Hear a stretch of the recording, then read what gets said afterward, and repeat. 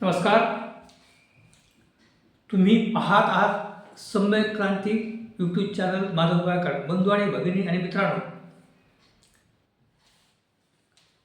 19 जून 1966 रोजी मुंबई येथे मराठी माणसांच्या न्याय हक्कासाठी किंवा भूमिपुत्रांच्या न्याय हक्कासाठी माननीय बाळासाहेब ठाकरे यांनी शिवसेनेची स्थापना केली आणि त्याच्यानंतर संपूर्ण भारतभर किंवा महाराष्ट्रामध्ये मोठ्या प्रमाणात दलितांवर अन्याय अत्याचार होत होते. शेकडो वर्ष गावकुसाबाहेरील जो दलित समाज आहे त्या दलित समाजावर अनियमित अत्याचार होत होते, बलात्कार होत होते महिलांवर. आणि अशा अमानुष पद्धतीने गावकुसाबाहेरील माणसांना वागवलं जात होतं. आणि म्हणून या मुंबई शहरामध्येच 1973 सालामध्ये नामदेव ढसाळ यांनी त्यांचे मित्र असणारे, त्यांचे सहकारी जवी पवार असतील, भाई संगारे असतील, उमाकांत रंधेरे असतील, अर्जुन डांगळे असतील, अविनाश भातेकर असतील, यांच्या बरोबरीने अनेक कार्यकर्त्यांना बरोबर घेऊन दलित पॅंथरची स्थापना केली. जी दलित पॅंथरने पुढे एक मोठा झंझावात निर्माण केला भारतभर आणि दलितांच्या न्याय हक्कासाठी किंवा दलितांवर होणाऱ्या अत्याचाराचा सामना करण्यासाठी दलित पॅंथरची स्थापना झाली. ते नामदेव ढसाळ. तर पद्मश्री नामदेव ढसाळ यांची 15 फेब्रुवारी ही जयंती नुकतीच साजरी करण्यात आली. 15 फेब्रुवारी 1949 रोजी नामदेव ढसाळ यांचा जन्म झालेला आहे आणि म्हणून 15 फेब्रुवारी नामदेव ढसाळ यांची जयंती साजरी करण्यात आली. त्या निमित्ताने एक छोटासा व्हिडिओ मी आपल्यासमोर घेऊन येत आहे, तरी कृपया हा व्हिडिओ आपण शेवटपर्यंत पहा. अत्यंत महत्त्वाचा व्हिडिओ आहे. तर जसं की दलित पॅंथरची स्थापना झाली त्यावेळेला शिवसेना ही जोरदार होती मुंबई, पुण्यामध्ये, काही औरंगाबाद या ठिकाणी. आणि दलित पॅंथरनी देखील आपलं मुंबई असेल वेगवेगळ्या शहरांमध्ये, महाराष्ट्रामध्ये, भारतभर देखील दलित पॅंथरच्या छावण्या त्यावेळेला म्हणत असत त्या निर्माण होत्या. आणि दलित पॅंथरने मोर्चाच्या माध्यमातून, निदर्शनाच्या माध्यमातून, सभांच्या माध्यमातून एक मोठं आंदोलन महाराष्ट्रामध्ये उभं केलं होतं. आणि एक त्यांची त्या काळामध्ये जगाने दखल घेतली होती त्या दलित पॅंथर या संघटनेची. तर प्रसंग असा आहे की त्यावेळेला सुरुवातीच्या काळाला जेव्हा दलित पॅंथर स्थापन झाली त्यावेळेला शिवसेना आणि दलित पॅंथरचे बाकी खटके उडू लागले होते. शिवसेना संघटना आणि दलित पॅंथर संघटना या दोन संघटनांमध्ये काही खटके उडू लागले होते. काही मतभेदांच्या माध्यमातून या दोन संघटना एकमेकांच्या समोर उभ्या राहिल्या होत्या आणि त्यातूनच निर्माण झाली वळीची दंगल. वळीची दंगल निर्माण झाली दोन संघटनांच्या माध्यमातून. दलित पॅंथर एका बाजूला, शिवसेना एका बाजूला, आणि दलित पॅंथरच्या एका झंझावातापुढे आणि त्यावेळेला शिवसेना फॉर्ममध्ये होती आणि वळीची दंगल झाली. आणि त्याच वेळेला वळीच्या त्या दंगलीच्या दरम्यान दलित पॅंथरने म्हणजे नामदेव ढसाळ साहेबांनी जो मोर्चा काढला होता नायगाव, भोईवाडा या ठिकाणी, त्या ठिकाणी त्या चालणाऱ्या मोर्चामध्ये वळीच्या त्या नायगावच्या बिल्डिंगमधून वरून टँक सोडून त्या मोर्चावर दगडी पाटा टाकण्यात आला. आणि त्यामुळे लोणमध्ये असणारे भागवत ते त्या ठिकाणी त्याचा मृत्यू झाला. त्यामुळे देवरुखकर नावाचे कार्यकर्ते, चांभार समाजाचे कार्यकर्ते पण दलित पॅंथर सभासद होते, त्यांचा देखील मृत्यू झाला. आणि मग त्यावेळेला मोठा भडका उडाला. अधिकच शिवसेना आणि दलित पॅंथरमध्ये अधिक कटुता निर्माण झाली. तर अशा पद्धतीने हे सगळी कटुता होत असताना त्या ठिकाणी बाकी आपल्या व्हिडिओचा महत्त्वाचा विषय मी आपल्यासमोर सांगत आहे की ही एवढी कटुता निर्माण झाली तरी नामदेव ढसाळ किंवा भाई संगारे असतील आणि माननीय बाळासाहेब ठाकरे यांचे संबंध बाकी चांगले होते. कारण असं झालं की त्या दरम्यानच म्हणजे गाढवाचं लग्न म्हणून अत्यंत सुप्रसिद्ध या महाराष्ट्रामध्ये गाढवाचं लग्न हे अनेक मोठ्या मोठ्या कलावंतांनी गाढवाचं लग्न हे लोकनाट्य सादर केलेलं आहे. म्हणजे मोहन जोशी असतील, अनासपुरे असतील किंवा प्रकाश नामदार असतील, अशा अनेकांनी गाढवाचं लग्न सादर केलं आहे. परंतु मूळ जे गाढवाचं लग्न ज्यांनी सादर केलं ते दादू इंदुरकर. हे दादू इंदुरकर एक मोठे तमाशा कलावंत आणि नाट्य कलावंत होते. तर ते दादू इंदुरकर यांनी गाढवाचं लग्न पहिल्यांदा ज्या वेळेला रंगमंचावर आणलं त्यावेळेला बाकी त्यांनी पूर्ण महाराष्ट्र गाजवला होता. हरिभाऊ वडगावकर लिखित गाढवाचं लग्न हे वगनाट्य पौराणिक वगनाट्य होतं. आणि त्यातील दादू इंदुरकरांची सावळा कुंभारची भूमिका असेल आणि प्रभा अवसरकर या त्यांच्याबरोबर होत्या, त्या त्या अभिनेत्री यांचं ती गंगेची भूमिका त्यावेळेला खूप गाजली. तर दादू इंदुरकरांची भूमिका असणारे गाढवाचं लग्न ठिकठिकाणी त्याचे प्रयोग होत होते. मुंबई, पुणे शहर आणि महाराष्ट्रातल्या अनेक भागामध्ये दादू इंदुरकरांच्या त्या गाढवाच्या लग्नाचे प्रयोग होत होते. आणि त्याच वेळेला त्या काळामध्ये म्हणजे ही 1960, 1965 ते 1970च्या दरम्यानची घटना आहे की त्या दरम्यान कणात म्हणजे कापडाचे जे कापडाचे जे तंबू म्हणण्यापेक्षा जे कापडी गोल आकारामध्ये त्या मैदानामध्ये ते कणात लावली जायची कापडाची आणि तिथे ते तमाशा सादर व्हायचे. तर अशा कणातीमध्ये कुठे सांगली भागामध्ये दादू इंदुरकरांचा गाढवाच्या लग्नाचा प्रयोग चालू होता. आणि त्यावेळेला मी म्हटल्याप्रमाणे हे गाढवाचं लग्न हे सावळा कुंभार आणि देवांच्या संदर्भात म्हणजे पौराणिक कथा आहे आणि हरिभाऊ वडकरांनी ही लिहिलेली कथा आहे. आणि त्याच्यामध्ये काही एक वाक्य आहे. ते वाक्य आता या ठिकाणी मी सांगत नाही, परंतु ते वाक्य होतं त्यावेळेला लेखकांनी लिहिलेलं वाक्य दादू इंदुरकर सहज वापरत असेल. आणि नाटकाची किंवा त्या लोकनाट्याची संहितेचा भाग होता. आणि त्या ठिकाणी कोणाचा देवदेवताचा अवमान करण्याची काही त्यांची धारणा नव्हती, परंतु तशा पद्धतीने हे प्रचंड लोकनाट्य गाजत होतं. आणि त्याच वेळेला सांगली त्या भागामध्ये दादू इंदुरकरांची कणा जाळण्यात आली. संपूर्ण साहित्य दादू इंदुरकरांनी कष्टाने उभं केलेलं सगळं साहित्य त्यावेळेला भस्मास झालं आगीमध्ये. आणि दादू इंदुरकर अक्षरशः उघड्यावर पडले.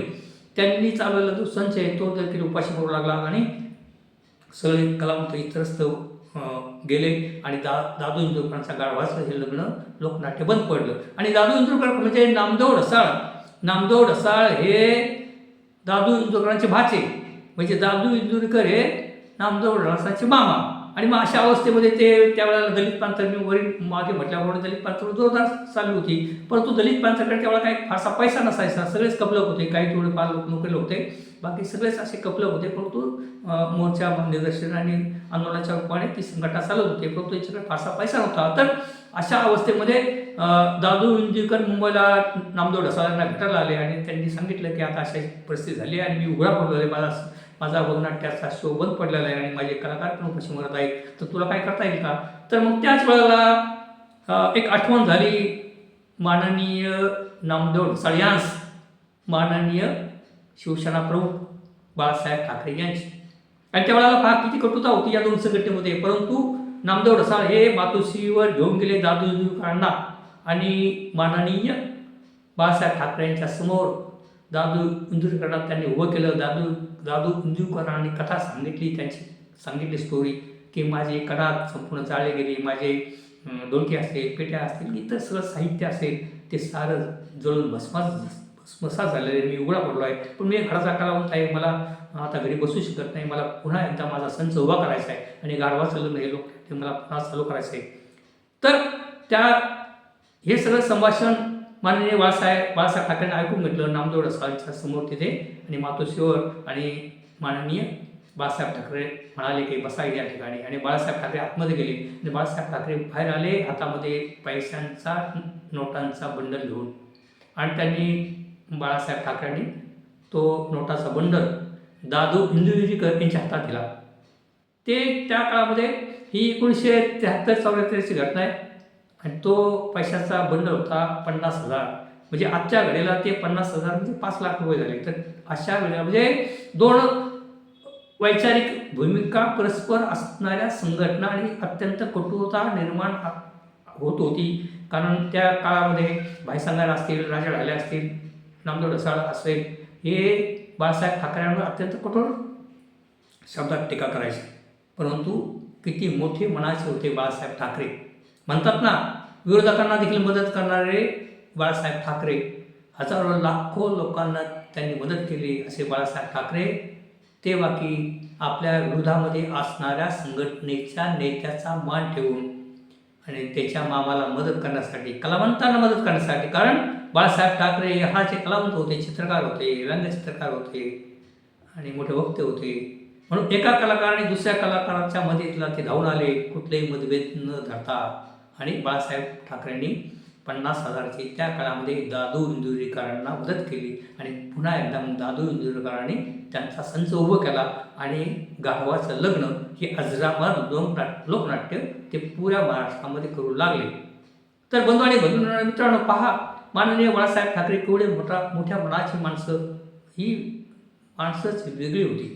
कारण ही एवढी प्रचंड कटुता असताना देखील त्या नामदेव ढसाळ बाळासाहेब ठाकरेपर्यंत जाऊ शकतात, कारण त्यांना एकमेकाचा स्वभाव माहीत होता. आणि पुढे याच मैत्रीचा पुढे मग हे कटुता कमी करण्यासाठी स्वतः बाळासाहेब ठाकरेंनी पुढाकार घेतला, नामदेव ढसाळांनी पुढाकार घेतला आणि भीमशक्ती शिवशक्ती एकत्र आली पाहिजे ही भूमिका बाळासाहेब ठाकरेंनी मांडली आणि त्याला साथ दिली नामदेव ढसाळ यांनी. आणि मग पुढे अनेक वेळाला नामदेव ढसाळ हे शिवतीर्थावर होणाऱ्या मोठ्या मोठ्या सावळमध्ये बाळासाहेब ठाकरेंच्या शेजारी नामदेव ढसाळ लोकांना दिसू लागले.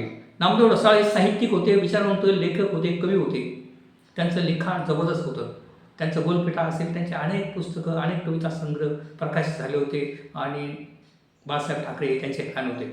आणि मग असं असताना देखील त्या ठिकाणी या दोन विरोधी टोकाच्या संघटना एकत्र आल्या, शिवशक्ती भीमशक्ती एकत्र आली आणि कुठेतरी महाराष्ट्रामध्ये एक चांगलं वातावरण तयार झालं, गावपसारी बाहेरील माणसाचं, गावातील माणसांचं, आणि कुठेतरी अन्याय अत्याचार थांबले. तर अशा पद्धतीने ही दोन मोठी माणसं होती, ही माणसं एकत्र आली आणि एकमेकांना मदत करण्याची ही त्यावेळेला अशी मोठी माणसं, मोठी राजकारणी या महाराष्ट्राने पाहिलेली आहे. तर बंधू आणि भगिनींनो, बाळासाहेब ठाकरे आणि शिवसेना किंवा दलित प्रांतरण आणि नामदेव ढसाळ आणि मग हेच शिवशक्ती भीमशक्ती पुढे पुढे त्याच्यामध्ये खंड पडला आणि मग पुन्हा एकदा बाळासाहेब ठाकरेंनी पुढाकार घेतला आणि रामदास आठवलेंना साथ दिली की रामदास आपण एकत्र आलं पाहिजे आणि आपण जर एकत्र आलो तर या महाराष्ट्रामध्ये सर्वांनाच आनंद होईल, सर्वांना सुखाचे दिवस येतील आणि आपण येथील असणाऱ्या शासनाविरोधामध्ये प्रखरपणे लढा देऊ शकतो आणि आपण एकमेकांना मदत केली पाहिजे. आणि म्हणून या दोन संघटना रिपब्लिकन पक्ष आणि शिवसेना एकत्र आली पाहिजे आणि पुढे मग माननीय रामदास आठवले आणि माननीय बाळासाहेब ठाकरे एकत्रित येऊन त्यांनी देखील त्या काळामध्ये शिवशक्ती भीमशक्तीचा नारा दिला होता. तर अशा पद्धतीचे हे महान नेते या महाराष्ट्रामध्ये होऊन गेलेले आहेत. नामदेव ढसाळ असतील किंवा माननीय बाळासाहेब ठाकरे असतील. तर गाढवाच्या म्हणजे या ठिकाणी माननीय पद्मश्री थोर साहित्यिक कवी दलित प्रांताचे संस्थापक नामदेव ढसाळ यांची जयंती साजरी झाली 15 फेब्रुवारीला. आणि एक आठवण म्हणून गाढवाच्या लग्नाची मला एक आठवण झाली आणि दादू इंदुरकरांची आठवण झाली की जे दादू इंदुरकर हे नामदेव ढसाळांचे मामा होते आणि म्हणून ही मला आठवण झाली आणि म्हणून हा व्हिडिओ मी आपल्यासमोर घेऊन आलेला आहे. बंधू आणि भगिनींनो, अशा पद्धतीचे व्हिडिओ घेऊन मी आपल्यासमोर येत असतो. तरी कृपया तुम्ही हा व्हिडिओ मित्रांना देखील पाठवा, या व्हिडिओला लाईक करा आणि तुम्ही पहिल्यांदाच माझा हा व्हिडिओ पाहत असाल तर माझ्या सम्यक क्रांती यूट्यूब चॅनल माधव गायकवाड या चॅनलला आपण सबस्क्राईब करा ही विनंती. धन्यवाद.